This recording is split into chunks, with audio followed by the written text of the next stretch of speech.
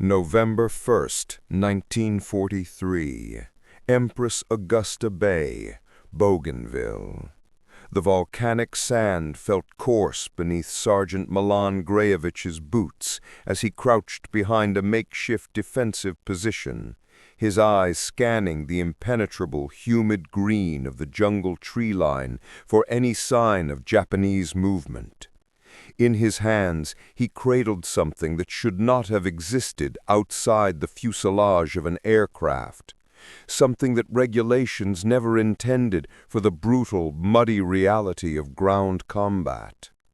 The weapon looked like it had been assembled in a back-alley workshop by someone who cared more for results than for proper channels.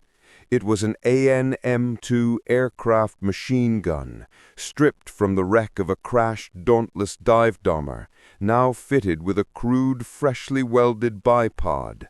The acrid smell of improvisation still hanging in the tropical air. When the Japanese attacked 2 days into the campaign, this unauthorized monster would fire at a rate that seemed impossible for a ground weapon, a continuous, terrifying roar that spit out rounds at velocities no standard Marine machine gun could ever hope to match.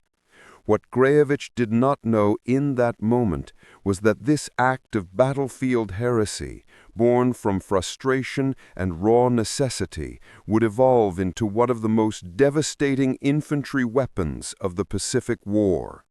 This weapon, the Stinger, would help turn the tide on the bloodiest beach in Marine Corps history, where more American blood would soak into volcanic sand than in any other battle in the Pacific theater. And in the hands of a single Marine, a quiet toolmaker from Ohio, it would forge a legend of heroism that would echo for eternity.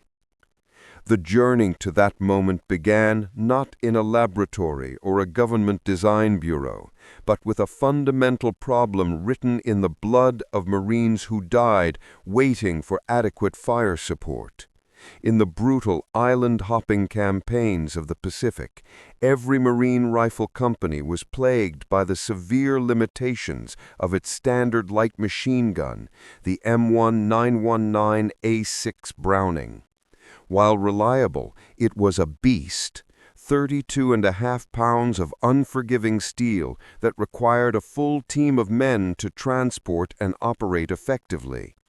Its rate of fire, a steady, almost plodding 400 to 550 rounds per minute, could provide suppressive fire, but it lacked the overwhelming, shocking firepower needed to quickly neutralize the masterfully constructed Japanese pillboxes and fortified positions that infested every island objective.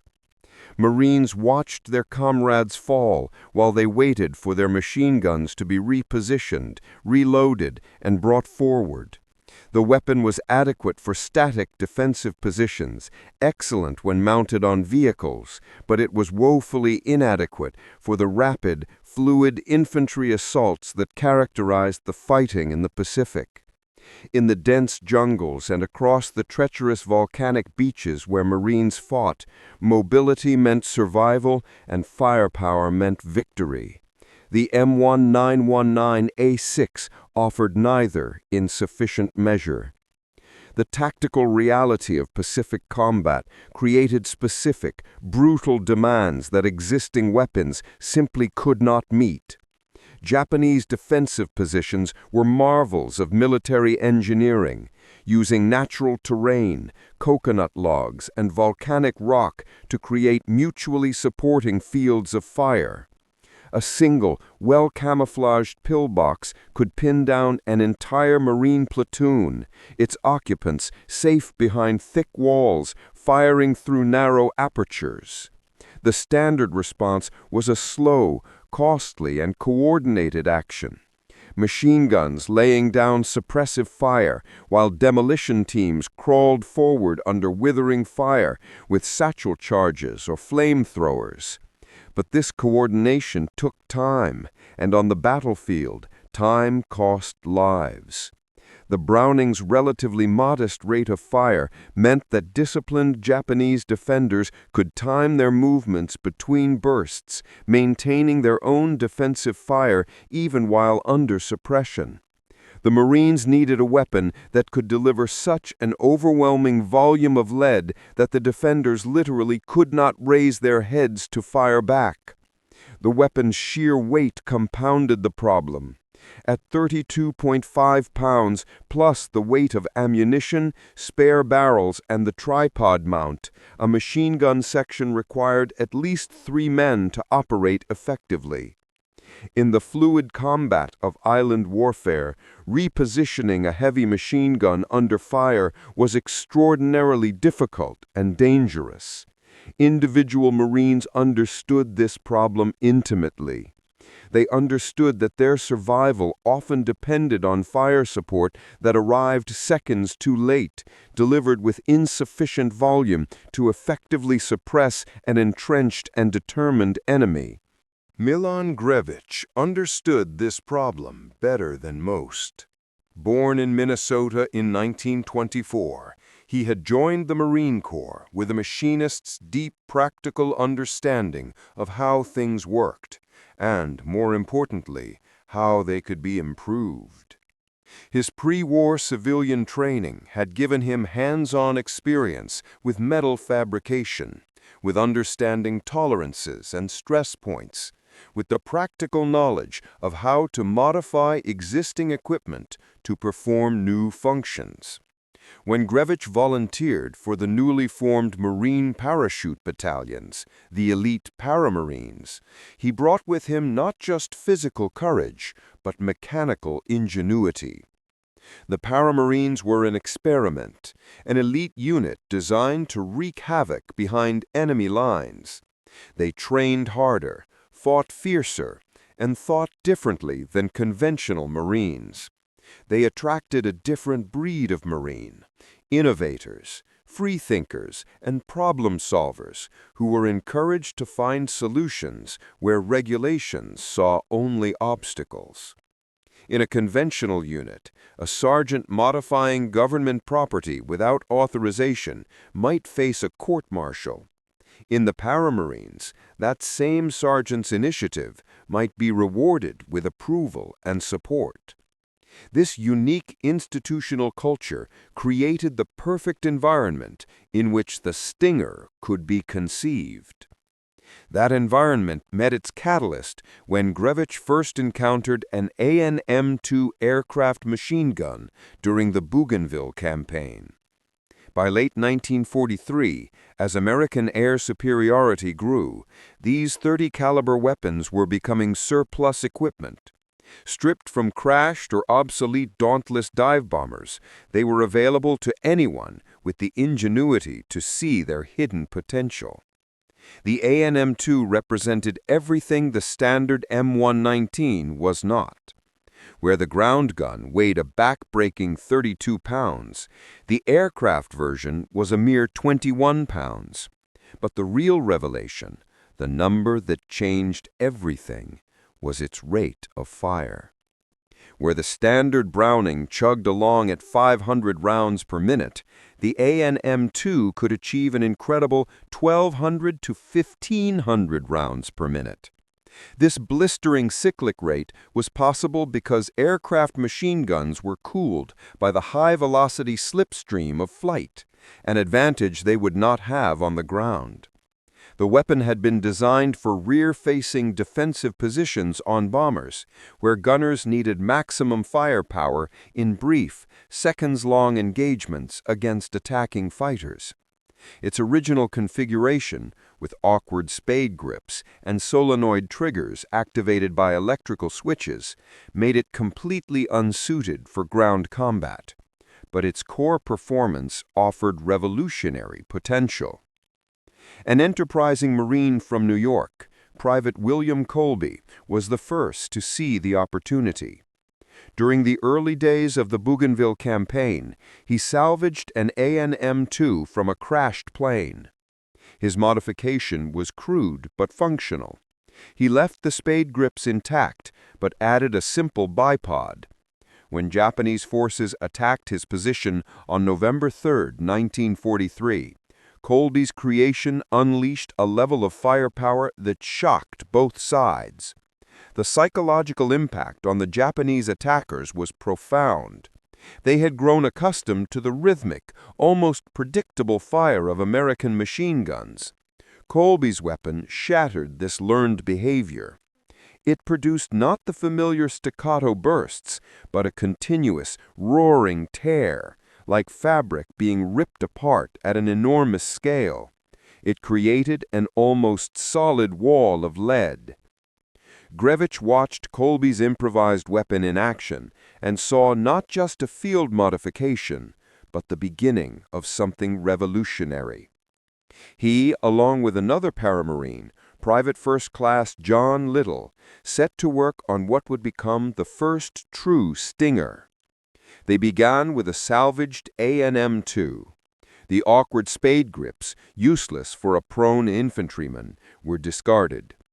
Grevich fabricated a new functional trigger mechanism from sheet metal, a simple mechanical linkage that could be operated by a single finger.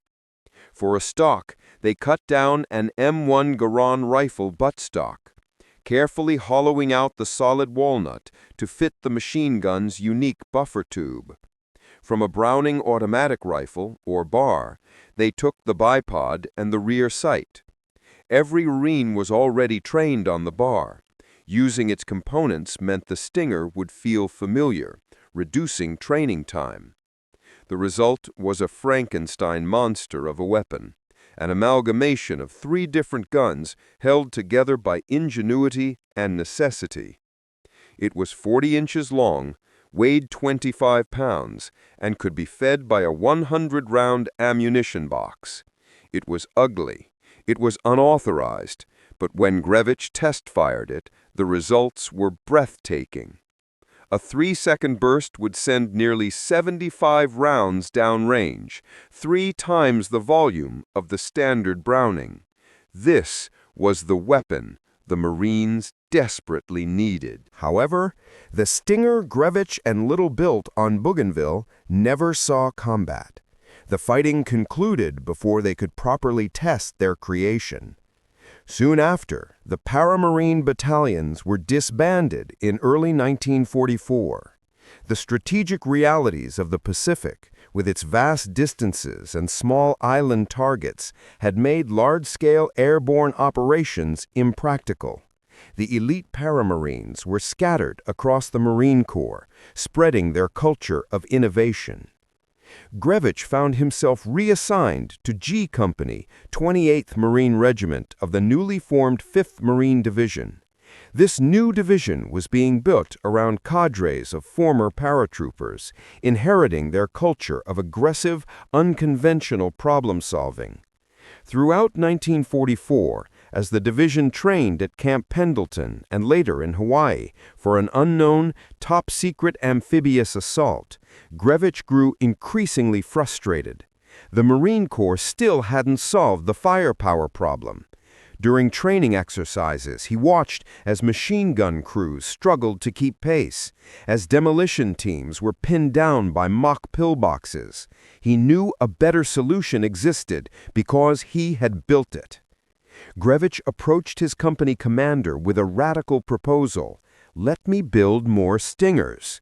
The request went up the chain of command and, remarkably, in a testament to the Paramarine culture that permeated the 28th Marines, the battalion commander approved.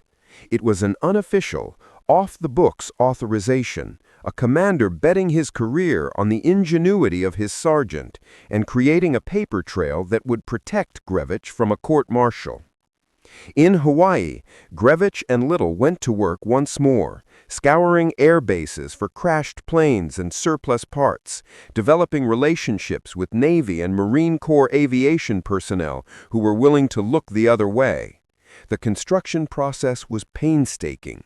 Each Stinger represented dozens of hours of skilled labor, of carefully cutting solid walnut M1 Garand stocks, fabricating precise trigger mechanisms, and welding custom brackets to fit the bar bipods and sights. A single mistake could mean a weapon that would fail at the most critical moment, and in combat, a failed weapon meant dead Marines. By January 1945, as the 5th Marine Division prepared to board ships for their secret destination, Grevich had completed 6 Stinger light machine guns. He trained his gunners in strict fire discipline, short, controlled bursts of 3 to 5 seconds to prevent the thin aircraft barrel from overheating and melting. The 6 guns, acquired through unofficial channels and built in a gray area between innovation and regulation, were carefully distributed. One went to each of the 3 rifle platoons in G Company. One went to the company's demolition section. The 5th, Grevich kept for himself. The 6th and final Stinger was given to a Marine from A Company, a former apprentice toolmaker from Dayton, Ohio, whose background made him a natural collaborator on the project. His name was Corporal Tony Stein. Born to immigrant parents, he had dropped out of high school during the Great Depression to work. His training as a toolmaker gave him an intimate understanding of precision measurement, material properties, and metal fabrication, skills remarkably similar to those Grevich possessed. He had enlisted in the Marines in 1942, seeking out the toughest assignments, and had also become an elite Paramarine. His intimate knowledge of the weapon he had helped create and his incredible courage would soon make him a legend. The top-secret destination was finally revealed, a tiny pork-chop-shaped volcanic speck in the Pacific called Iwo Jima. Intelligence estimated it would take 1 week to secure. The actual battle would last 36 days and demand more Marine blood than any battle in the Corps' history. The Japanese commander, Lieutenant General Tadamichi Kuribayashi, understood that Japan had already lost the war. His mission was not victory, but delay, to make the Americans pay such a terrible price that they might reconsider invading the Japanese home islands. He had turned Iwo Jima into an underground fortress, a labyrinth of 18 kilometers of tunnels connecting hundreds of concealed, interlocking pillboxes. His order was simple and brutal. Every Japanese soldier was to kill 10 Americans before dying himself. The pre-invasion naval bombardment, while visually spectacular, was largely ineffective against these deep defenses. On February 19, 1945, the Marines hit the beach. It was a nightmare. The sand was soft, black volcanic ash that bogged down men and machines. For nearly an hour, an eerie, ominous silence hung over the island as the Japanese held their fire, luring thousands of Marines into a perfectly prepared killing zone. Then, at 10 a.m., the entire island erupted. Mortars, artillery, and machine guns unleashed a storm of fire from hidden positions the Marines couldn't even see. The beach became a slaughterhouse. While others scrambled for cover, Tony Stein moved forward.